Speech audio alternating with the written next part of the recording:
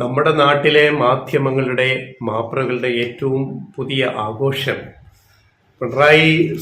രണ്ടാം പിണറായി സർക്കാരിൻ്റെ 4ാം വാർഷിക ആഘോഷമാണ്. കോടികൾ പൊടിക്കുന്നു. ആദ്യ പട്ടികയിൽ വന്നിരിക്കുന്ന 28 കോടി രൂപ ചെലവഴിച്ചിട്ട് മാമാങ്കം 4ാം വാർഷിക ആഘോഷം.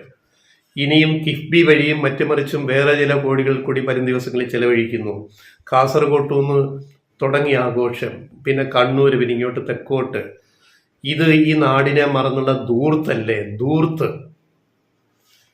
ഈ മാപ്രകളോടും ഇവിടുത്തെ പ്രതിപക്ഷത്തോടും ഒക്കെ ചോദിക്കട്ടെ, ഇത് ധൂർത്താണെന്ന് സമ്മതിച്ചാൽ തന്നെ ഇത് ചെലവഴിക്കുന്നത് കേരള സർക്കാരിൻ്റെ ധനമന്ത്രി നിയമസഭയിൽ അവതരിപ്പിച്ച ബജറ്റിലെ പ്രൊവിഷൻ വെച്ചിട്ട് സർക്കാരിൻ്റെ കീഴിലുള്ള പി ആർ ഡി സംവിധാനം ചെലവഴിക്കുന്ന തുകയാണ് ഈ പറയുന്ന 28 കോടി. പിന്നെ അനുബന്ധ ഇത് അപ്പോൾ ഓരോ ജില്ലയിലും പ്രദർശനങ്ങൾ, വിൽപ്പനശാലകൾ, അങ്ങനെ അതിൽ നിന്നൊക്കെ വരുമാനവും വരുന്നുണ്ട്. പിന്നെ പി ആർ ഡിയെ എന്തിനാണ് വെച്ചിരിക്കുന്നത്? പി ആർ ഡിയെ പിണറായി വിജയനാണോ ഉണ്ടാക്കിയത്?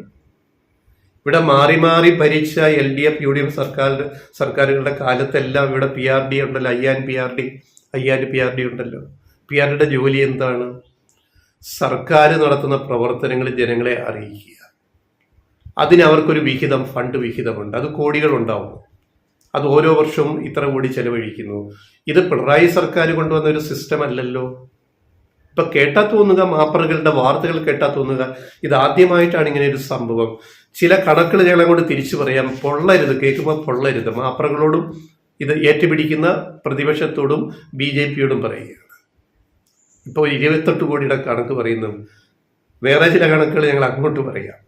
കേന്ദ്ര സർക്കാർ, മോദി സർക്കാർ 2014 മുതൽ, മോദി ആദ്യ പ്രധാനമന്ത്രി ആയത് മുതൽ 2018 വരെ മാത്രം ചെലവഴിച്ച കണക്കുകൾ ഇപ്പൊ തന്നെ അതിന്റെ ലിസ്റ്റ് പുറത്തു വന്നിട്ടുണ്ട്. 5000 കോടി രൂപയാണ് കേന്ദ്ര സർക്കാർ പ്രചാരണത്തിന്, മോദി കൾട്ട്, മോദി ബ്രാൻഡിനെ പ്രൊമോട്ട് ചെയ്യാൻ വേണ്ടി ചെലവഴിച്ച തുകയാണ് 5000 കോടി രൂപ. 5000-ഓളം കോടി രൂപ. ആലോചിക്കണം. ഇനി അത് പോട്ടെ, അത് കേന്ദ്രം എന്ന് പറഞ്ഞിട്ട് നിങ്ങൾ ന്യായീകരിക്കുമായിരിക്കും.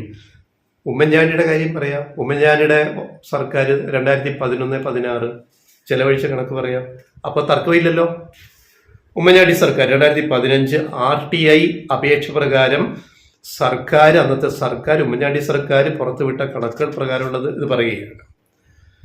RTI റിപ്ലൈ പ്രകാരം, അപേക്ഷ കിട്ടിയ റിപ്ലൈ പ്രകാരം അന്ന് 100 കോടി രൂപയാണ് ചെലവഴിച്ചത്. 100 കോടി. ആര്? ഉമ്മൻചാണ്ടി സർക്കാരിന്റെ കാമ്പയിൻ വേണ്ടി. അതായത് 2015 പഞ്ചായത്ത് ഇലക്ഷൻ, തദ്ദേശ സ്വയംഭരണ ഇലക്ഷൻ 2015, 2016 അസംബ്ലി ഇലക്ഷൻ, അതിന് തൊട്ടു മുമ്പ് ചെലവഴിച്ച തുകയാണ് 100 കോടി രൂപ.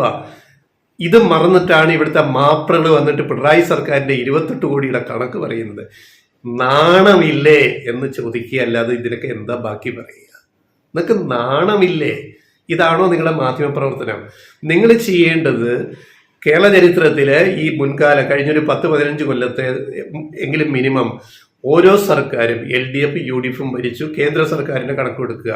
ഓരോ സർക്കാരും പ്രചാരണത്തിന്, സ്വന്തം സർക്കാരിന് പ്രതിച്ഛായ എത്തിക്കാൻ വേണ്ടി ചെലവഴിക്കുന്ന തുക ബജറ്റ് വിഹിതം പ്രകാരം, അല്ലാതെ എവിടെ നിന്നും കട്ടും മോട്ടിച്ചിട്ടൊന്നുമല്ല, ബജറ്റ് വിഹിതപ്രകാരം ചെലവഴിക്കുന്ന തുകയുടെ മൊത്തം ഒരു കണക്ക് നിങ്ങൾ ചെയ്യുക. ഒരു റിസർച്ച് അനാലിസിസ് വേണം നിങ്ങളുടെ സ്റ്റോറികളിൽ. ഞങ്ങൾ ഇന്നലെ പറഞ്ഞതാണ്, ദൈഷ്ണികതയില്ല നിങ്ങളുടെ റിപ്പോർട്ടിങ്ങില്, ഡേറ്റ ശേഖരണമില്ല, വിവരശേഖരണമില്ല, പിന്നെ യുക്തിയും പിന്നെ ഒന്നുമില്ല. അതിനകത്ത് ശാസ്ത്രീയമായ ഒരു സമീപനമില്ല. ഒരു കണക്കെടുപ്പ് നിങ്ങൾ നടത്തുന്നില്ല. നിങ്ങൾ വളരെ വൈകാരികമായിട്ട് ഈ പിണറായി സർക്കാരിനെ ദ്രോഹിക്കാൻ ഒരു ഇമേജ് ഉണ്ടാക്കാൻ വേണ്ടി കുറെ വാർത്തകൾ നിങ്ങൾ അതിവൈകാരികതയോട് ചെയ്യുന്നു. ഇതല്ലാതെ നിങ്ങൾ എന്ത് മാധ്യമ പ്രവർത്തനമാണ് ചെയ്യുന്നത്? അതിൻ്റെ അടുത്ത എക്സാമ്പിളാണ് ഈ പറയുന്നത്. നിങ്ങൾ മുഴുവൻ കണക്കെടുത്ത് അവതരിപ്പിക്കുക. അപ്പൊ നിങ്ങൾക്ക് ബോധ്യമാവും ഇത് കാലാകാലം ഓരോ സർക്കാരും ചെയ്തു വരുന്നൊരു രീതിയാണ്. കേന്ദ്ര സർക്കാർ, ഇന്ത്യയിലെ ഈ രാജ്യത്തെ സംസ്ഥാന സർക്കാരുകൾ ഉൾപ്പെടെ. അപ്പം അതാ പറഞ്ഞത്, ഉമ്മൻചാണ്ടി സർക്കാരിന് 100 കോടി ഇലക്ഷൻ വർഷത്തിനടുത്ത് ചെലവഴിക്കാം. അതേ സാഹചര്യം ഇപ്പോഴുണ്ട്. ഇപ്പൊ പഞ്ചായത്ത് ഇലക്ഷൻ, തദ്ദേശ സ്വയംഭരണ ഇലക്ഷൻ ഈ നവംബറിൽ വരുന്നു.